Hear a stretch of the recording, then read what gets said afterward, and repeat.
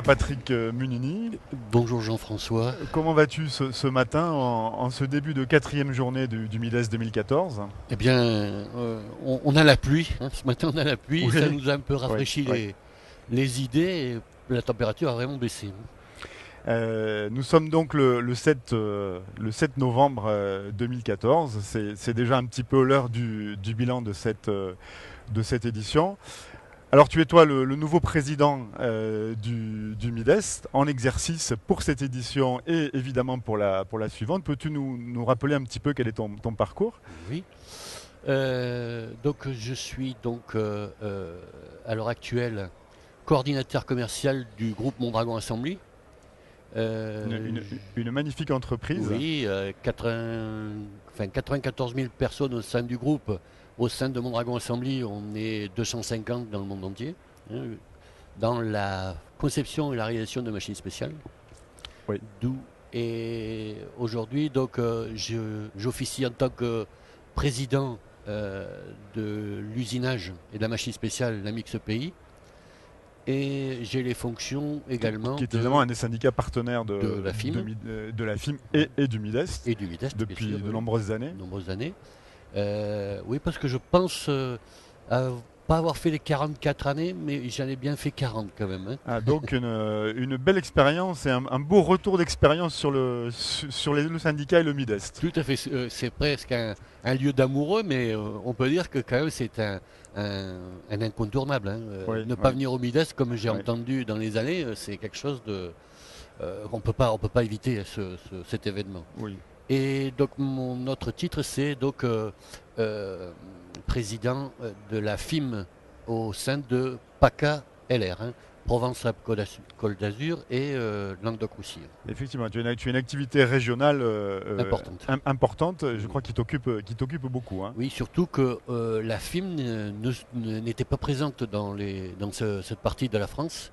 Et donc j'ai ouvert le 1er octobre 2013, hein, la FIM au niveau de cette région. D'accord. Bien, merci Patrick pour ce bref résumé d'un beau parcours. Voilà, Eh bien moi je suis, je dirais, nouvellement tout arrivé à fait. sur le Midest et au sein de l'équipe du Midest. Alors je ne suis pas un nouvel arrivant dans l'activité d'organisation de salons, puisque ça fait un peu plus de 20 années que je suis dans cette activité. Mais eh ben, c'est mon premier Midest en tant que directeur et en tant que visiteur. Alors je découvre le Midest et je dois dire que la première chose qui m'a frappé, mais qu'on retrouve aussi sur d'autres salons, et qui m'a, je dirais, apporté beaucoup de plaisir d'emblée, c'est la rencontre avec les industriels, Mhm. la rencontre avec les entrepreneurs qui te font partager leur passion de leur métier et leur expérience et leur savoir-faire. Et ça, je dirais que l'échange avec les exposants du Midest, c'est un vrai plaisir et puis une vraie découverte. Et là, je vais peut-être rebondir sur une chose, Jean-François. Ce qui m'a vraiment plu, c'est aussi notre deuxième conférence de presse que nous avons faite ensemble sur le Tout à bateau fait. pour Oui, présenter tout à Midest. fait. On a eu des gens remarquables à la table qui ont soulevé des sujets. Et tu te souviens, j'en ai fait une conclusion, Oui. mais je pense que le partenariat a été vraiment à l'ordre du jour. Et quand on commence par une conférence de presse sur le partenariat et qu'on voit l'environnement du Midest qui est consacré essentiellement à ce type cet échange, hein, je veux dire, c'est vraiment formidable. Je pense qu'on a fait une bonne introduction et ça a été, j'ai été par exemple au cocktail de bienvenue des plasturgistes avec Oui, sa présidence oui, bien et sûr. qui avait fait une super introduction. Et je pense qu'elle a refait Oui, oui, la oui. même son envie, hein, d'être dans de promouvoir son métier qui est relativement important et on le remarque aussi sur ses stands. Alors, bon, c'est vrai, je crois que cette année, il y a une très très grosse implication de la filière de la plasturgie à travers sa fédération, le nombre d'exposants qui a considérablement augmenté. Je crois aussi, il faut le souligner, à travers la présence du camion Tout à de fait. la plasturgie.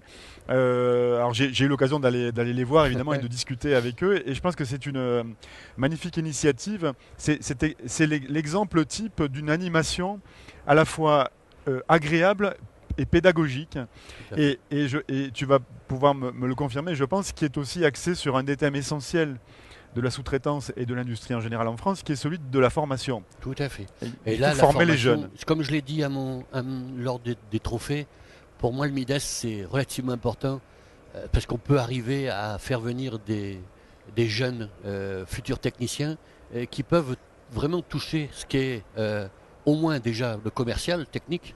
Ensuite, de valoriser ce que sont des pièces. Et puis, quand on a quand même, comme la plasturgie, un élément comme ce bus, où on voit la transformation s'effectuer, Oui, alors ça, c'est encore c'est le top. Hein, je veux dire. je crois de manière générale, hein, que l'industrie, ça doit se vivre. Il faut la découvrir, il faut l'approcher. Et là, on est bluffé souvent. Hein. Tout à On est fait. souvent bluffé. Alors, la formation des jeunes, elle est essentielle. Je pense qu'on la retrouve dans tous les Oui, métiers qui sont présents au MIDEST. Moi, j'étais il y a quelques semaines, je crois, au 50e anniversaire de l'école supérieure de la Forge-Fonderie. d'accord. Et là, il y avait se côtoyer des anciens qui avaient 70 ans, 75 ans, avec Jeune, les nouvelles promos. Alors évidemment, les méthodes, les outils ont considérablement changé, mais il y avait la même flamme, la même passion chez les tout jeunes que chez les anciens. Et il y a un vrai esprit de corps partage. qui se crée. Mhm. Qui se crée. Et ça aussi, je trouve que c'est vraiment très frappant quand on découvre, hein, ben, les acteurs de l'industrie, alors en l'occurrence là, dans cette filière. Tout à fait. Non, non, mais vraiment, pour moi, c'est relativement important. Je t'en ai parlé assez souvent. Je suis aussi impliqué dans le centre de formation de mon Oui, département oui, au niveau industriel. oui. Et pour moi, c'est toujours une joie d'aller partager avec eux, essayer de discuter sur leur avenir et surtout d'en devenir le tuteur. Hein. Quand dans mon entreprise, toutes les années, j'ai eu un apprenti, Oui. hein, que ce soit en bureau d'études ou en montage ou bien en usinage, mais j'ai toujours eu un apprenti dans ma société. Et pour moi, c'est vraiment important. Et je crois qu'en France, on doit redécouvrir, hein, si besoin était, les vertus de la formation en Encore. apprentissage. Je crois d'ailleurs que la plasturgie a engagé une démarche dans ce sens, Oui, oui, avec des objectifs de recruter et de mettre en place plusieurs dizaines de milliers d'apprentis, hein, tout à en fait. plasturgie. La FIM avec l'UIMM ont fait aussi le train Également, de la mécanique, hein, qui également, était ouais, ouais. avec deux espèces de caravanes métalliques, où dedans, ben, c'est un échange virtuel, hein, Ouais. pour entrer dans le métier. Et j'ai trouvé aussi, j'en ai fait partie pour avoir essayé d'animer au niveau la partie commerciale, hein, et la partie langue surtout, hein, parce que il faut savoir que au niveau des langues, c'est important dans l'industrie, on l'oublie un peu.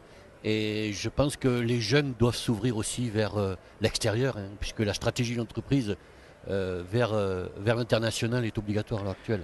Je pense qu'elle est essentielle. Si on ne citait que, par exemple, l'aéronautique, on voit bien aujourd'hui que ça, c'est un enjeu majeur pour tous les sous-traitants, les équipementiers de l'aéronautique, par Tout à exemple. fait.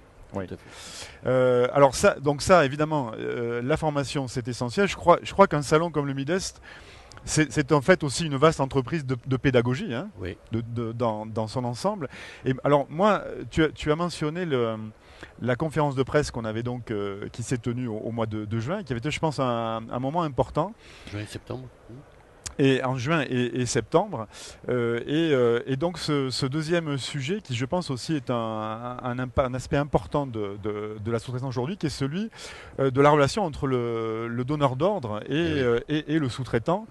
Et peut-être qui pose d'ailleurs la question d'une véritable stratégie industrielle, de coproduction industrielle, peut-être pour tirer les filières françaises vers le haut.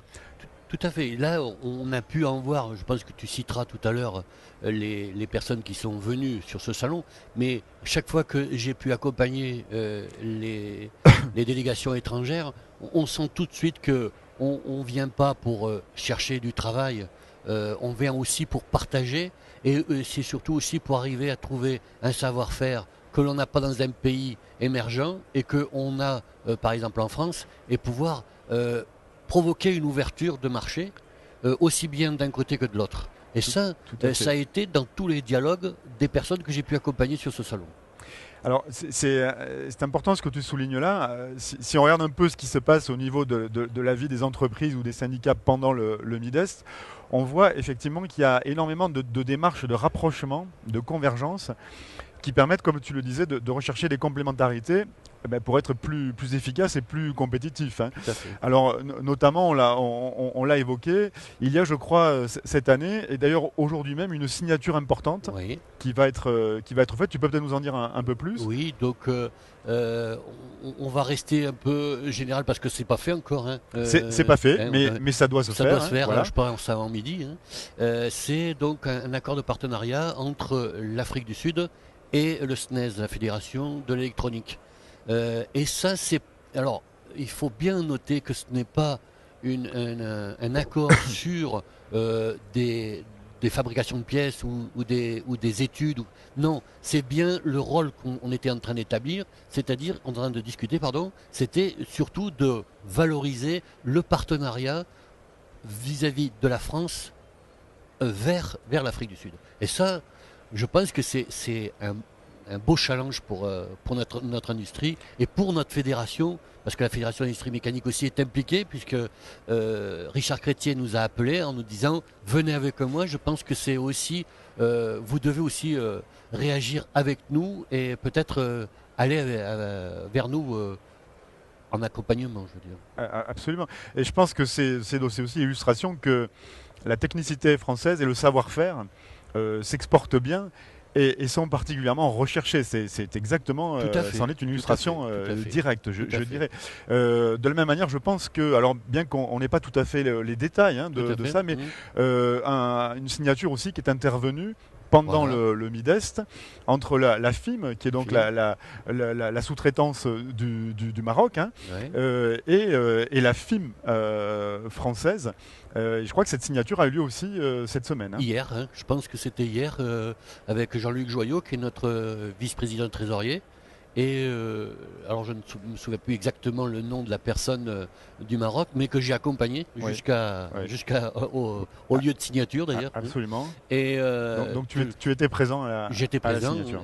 Et je pense que c'est quand même encore un excellent moyen de pouvoir rapprocher nos pays. Et dans un même mélan, hier j'ai accompagné également à l'inauguration. Ah oui. J'ai accompagné donc le ministre de l'industrie tunisienne qui a travaillé chez Schlumberger, entre parenthèses, donc un vrai technicien. Qui sait de quoi il parle, je dirais. Et qui nous a réellement subjugués avec Jérôme France, le président de la FIM, parce que c'est une personne déjà qui parle très bien le français. Oui. Absolument, c'est absolument hallucinant ce qui parle bien le français. Et ensuite, il nous a vraiment poussé pour qu'on puisse aller vers lui et faire à peu près la même démarche qu'avec le Maroc.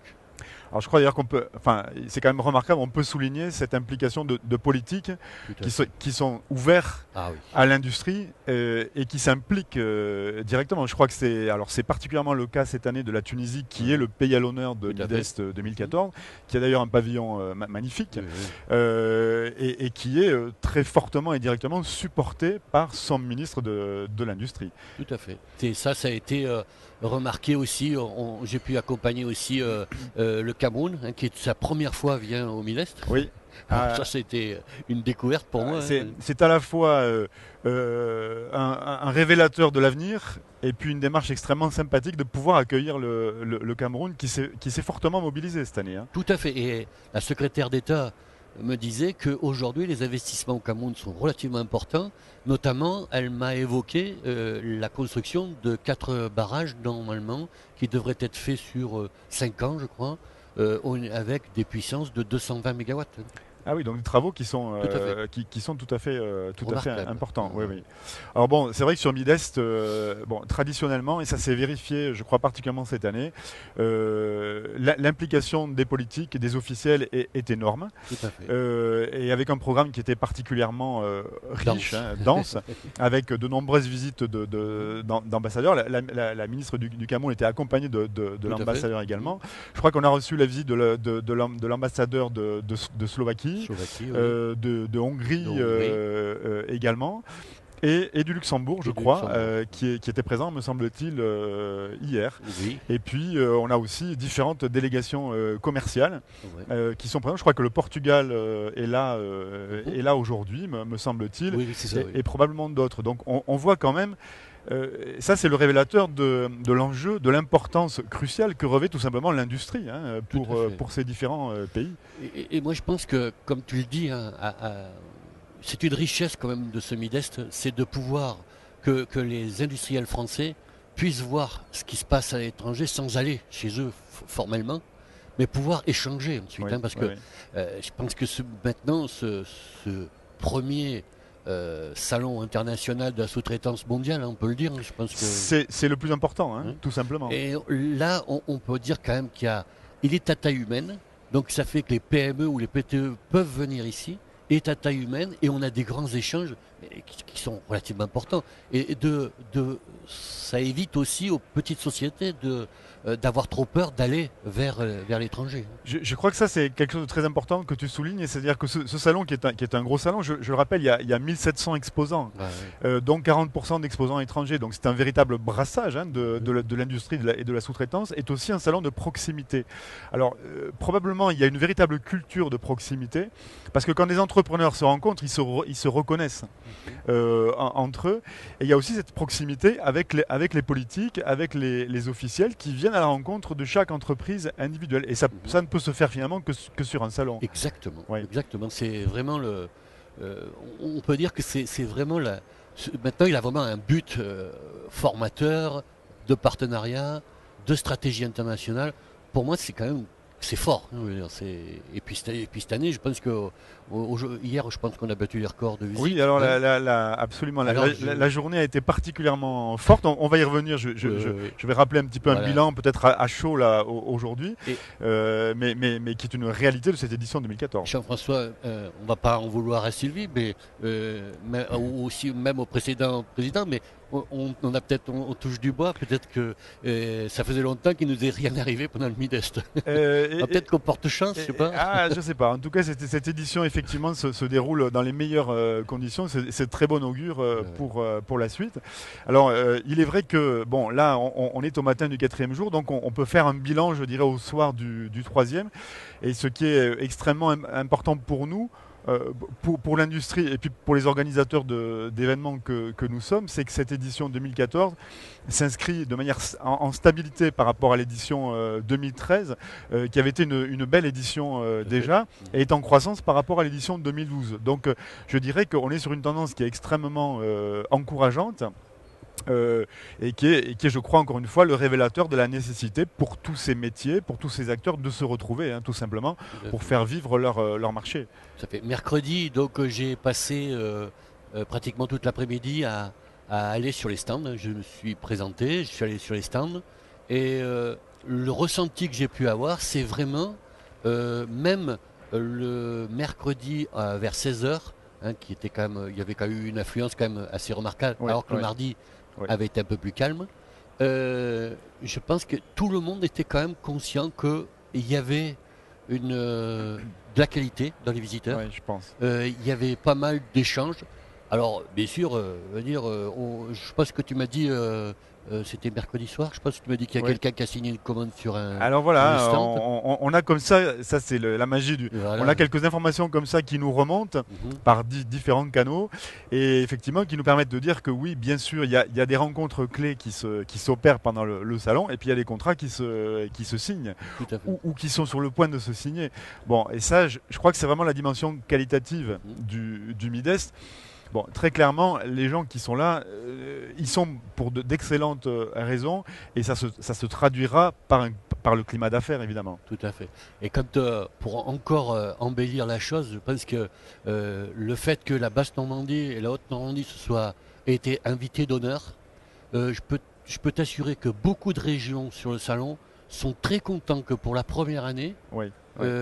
l'équipe dirigeante du Minest ait pu mettre à l'honneur une région. Une région. Ça, c'est très Oui. très important. Hein. Oui. Là, vraiment, j'ai eu pas mal d'exemples parmi les régions et ça s'est ressenti.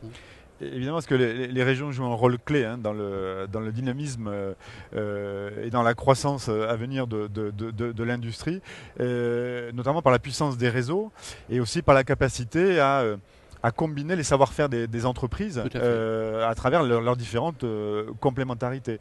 Et on a vu d'ailleurs les présidents de région qui étaient présents aussi au Midest. J'ai accompagné hier le président de la région Île-de-France qui était vraiment séduit, déjà par l'accueil, deux par la beauté du stand de la région. Il a vraiment trouvé ça fabuleux.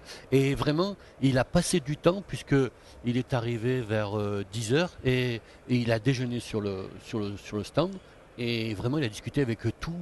Oui, donc il a pris le temps de sa visite, ce qui est aussi, je pense, un très bon indicateur. Hein. Ouais, alors, il s'est passé des choses aussi en région et peut-être sous l'angle un peu plus technologique. Moi, je me suis laissé dire que un député de Vendée était présent au moment d'une inauguration en ligne. On va parler d'une web inauguration peut-être d'un nouveau site de production. Je crois que c'est l'entreprise Carré en Vendée qui a construit une usine toute neuve et qui l'a inaugurée pendant le Midest. Ça c'est bien, c'est vraiment ça prouve bien cet élan qu'on peut avoir. Puis je veux dire aussi, ça permet aussi à des industriels. J'ai rencontré quelques industriels qui n'étaient jamais venus à Paris.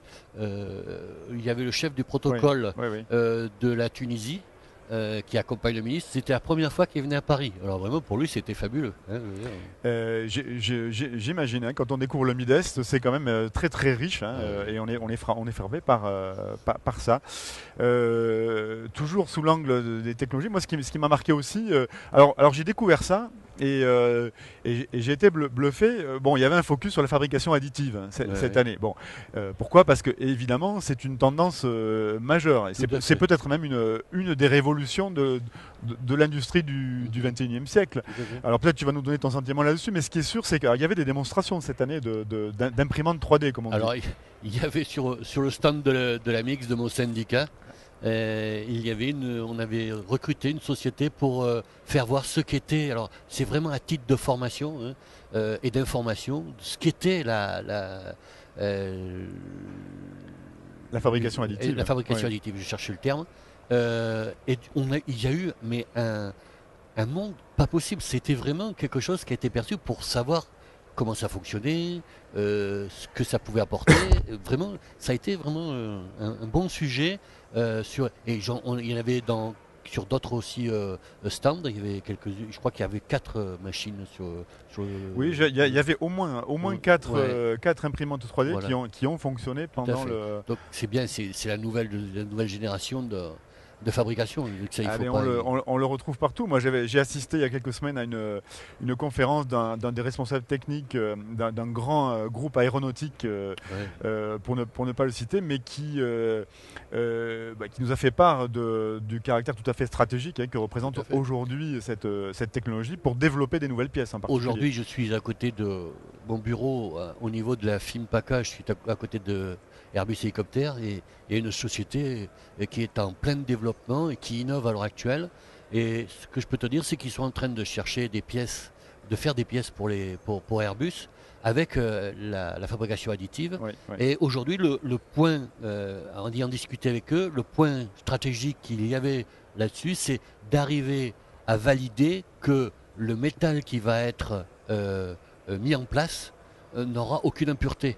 Donc aujourd'hui, ils sont obligés d'assister cette fabrication avec des caméras pour arriver à valoriser le nombre de pixels par rapport au nombre de produits, la quantité de produits. Donc là, on combine encore différentes technologies. Les caméras, d'ailleurs, qui elles-mêmes progressent beaucoup et permettent une analyse de plus en plus fine. Alors, exactement. Je connais un peu ce secteur. Et j'ai fait avec le CETIM un lundi de la mécanique chez Airbus d'ailleurs, où on a fait valoir la fabrication additive.